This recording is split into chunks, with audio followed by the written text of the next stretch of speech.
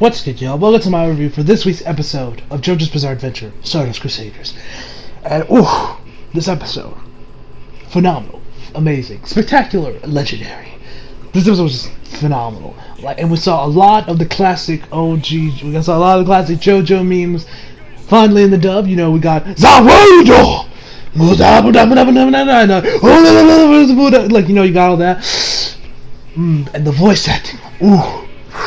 Ooh, that voice acting for this week's episode. That voice acting. Spectacular job from Viz once again with the dub. Anyway, so let us begin. So we started this episode off after we got to know Joe. After we had the little thing where Kakuin said, "Okay, I know how to find the secret to Dio's stand." We see Kakuin and Joseph actually over there swinging over across the buildings of Egypt like Spider-Man up in there, and they And while this is actually going on, we actually learn Kakuin's backstory, pretty much. We find out that Kakuin was very antisocial, I guess you could say, because he never, as he said right now, it was all about, it almost got kind of philosophical, almost like Ava up in there. It was like, how many times do we have real? There were tons of people in the world, but how many times of these interactions to lead to deeper thoughts? I'm like, Kakuin, this ain't freaking Ava, man. So anyway, he's for instance, he never really felt they could get around with anyone, never that he could really relate to anyone, because he was the only person to see Hierophant Green, his stand. And because of that, he kind of, almost in a way, just kept himself away from society. Never really interacted with anybody. That's pretty much what his philosophy on life was. Until, of course, he met up with Joseph, Jotaro, Abdal, Polnareff, Iggy, the whole crew. That's when he finally learned, okay, that these guys know me. This is when he started becoming more social, and you guys, yada. So then we see Dio. We see some of Jotaro riding the bike to find Dio. They find their car, and Jotaro sees Dio actually jumping to rooftop to rooftop, and he ends up tripping some of Kakuin's traps that he set up all around in this 20 of emerald splash, just to try to, like he said, to figure out what Dio's stand really is. So he sets all these traps. Dio triggers a bunch of them. He dodges he blocks all the attacks. And then once he notices that, when he sees all the rest of the trappings, the rest of the tripwires, he says, and then he says, so then after they have a look, you're finished, Dio! Now die, 20-meter emerald splash! We see, that's when we know what Dio's stand really is. Well, someone like me, and probably a lot of us watching the show too, already knew what Zawoldo was, time travel, because, them memes, them glorious memes, and we have to see Dio say, the world! I love the dub, but that does not have the same ring as Zawoldo! It doesn't have the same ring. I love the dub, but that's the one time I'll give the sub, I'll give the Eds the sub, just for them memes. Them memes were glorious. Those were some glorious memes. Anyway.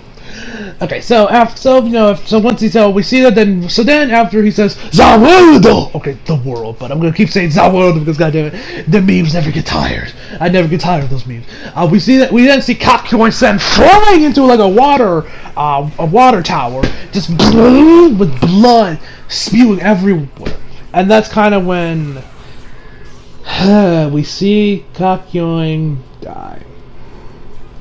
I gotta say, the voice, Polnareff has been the highlight of the dub for me, besides Jotaro. Kakuin this was Kakuin's episode, and just the voice acting, Kakuin stole the show this week.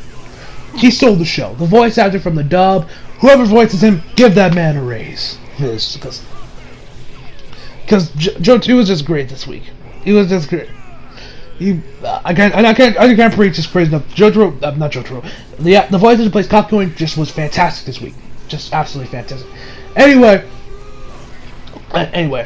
so he turns his own I wonder he looks at the clock. I think he said it's 5. It says it's 5:13. I think he said then it'll be midnight in Japan. I wonder what mom or dad are doing. I'm just this episode really tugged to my heart a little. Kakuin's knowing them, they're probably asleep. I'm sorry for making you worry. And then he starts realizing, why did he die? Why is he in this situation? And he says that he can't move his fingers. He can't speak. It must have been a fatal blow. So how did he lose? So how did he, get in the situation? What is the secret to Dio's stand? After a while, he finds out that it is indeed time travel, that he can stop time for what was it, 5 seconds, I think it is? That's a world that can stop time. I think it's 5 seconds, that's how long it's been. It can be. And that's when he realizes, so then he tries to do an emerald splash as a sign he likes this time, that's when he realizes that it is indeed emerald splash. That is indeed time travel, or time manipulation, whatever you want to call it. Anyway, so then he was like, okay, I gotta think of a way to warn Jotaro and the others on what the secret of Dio stands. So he uses one as final emerald splash, which I swear that's always happened with JoJo characters in Stardust Crusaders. They always die using their stands. Iggy died using his stand to save Polnareff, and now Kakuya is using his stand to save the rest and to tell him, this is the secret to Dio's stand. So he ends up using Emerald Splash on the clock, on the hands of the clock, to tell him that yes, he stops time. It takes a while for Joseph to figure it out, but he does end up figuring out that yes, indeed, it is indeed time manipulation or time travel, whatever you want to call it. So then after that, they kind of have this little Dio goes up to finally make Jonathan's body mine, I need to drink the blood of a Joestar. Yours will suffice. And then ensues a change between Joseph and Dio. While this is going on, that's when Joseph is wondering, okay, what was what was Kakuya trying to tell me? That's when he eventually does find out that it's indeed time travel, or time manipulation, whatever one of the two you want to call it. Dio ends up catching up. He's about to punch Joseph, but then he stops probably an inch away from his face. And Joseph backs him. He's like, "What's wrong, Dio? Aren't you going to hit me? Or are you not satisfied with my blood anymore?" And he's like, "You're running hormone through your body." And he's like, "Huh? You're wrapped around Hermit Purple while also charging with hormone, like some very powerful electric fence. Very clever." and then he tells you should. He's like, though, we know the secret of your stab. We know that you could use time manipulation, 3 to 4 seconds. If you can do it longer, you would have killed us at the mansion. And then he's like, you should thank Kakuya for giving us a fighting chance. He's like, Hermit Purple, Hormone Overload. I think exactly what he said, but anyway, he's like, do you really think your hormone can, I don't need hormone, I don't need your hormone can't defeat me, or something along those lines of the hormone. So then just he ends up pushing off Joseph off the building. Joe manages to use a Hermit Purple to grab a ledge or something just to hope and break his fall. These drunken 20-year-olds are giving the man oh man, what you doing? Blah blah. And then then he gets up and he sees Jotaro. He's like, get away, Jotaro! It's time manipulation or time travel or time whatever you want to call it. And so he says, once again, Zawundo! Then he goes up, he's like, and then we get to the classic scene where he pulls out the knife after he's like, I could do for like a blink of an eye. Now I can do it for 5 seconds.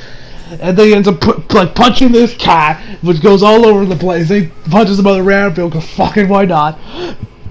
And then he gets to Joseph, pulls out a knife, and he says, MUDA, MUDA!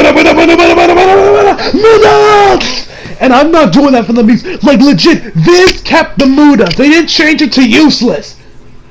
I'm actually kind of shocked that Viz did that. I would have expected them to keep the MUDAs, or change it to useless, because that's what MUDA means in English, at least from remember that's what the subtitle said.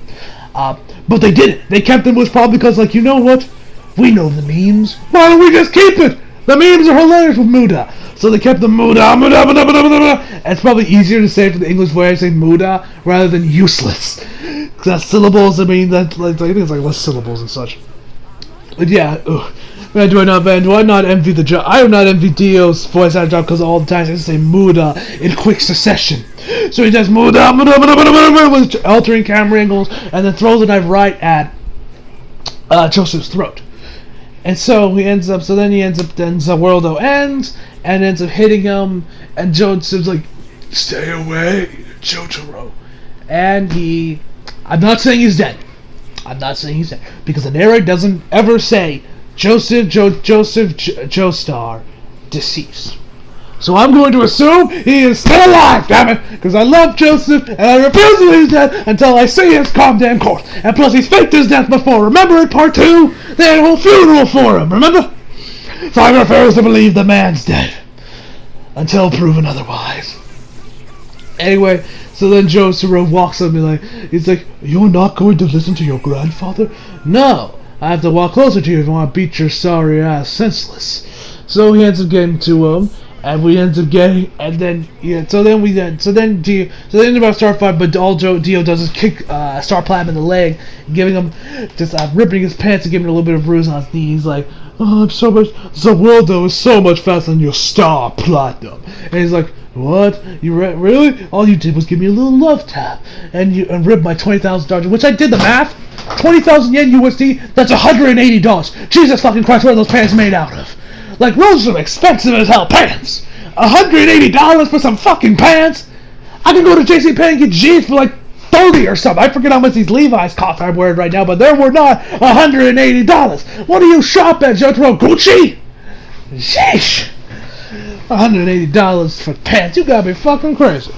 Anyway, so then after a little, so then they get back to punch each other, where we get the classic, allow me, Rusev Day, okay,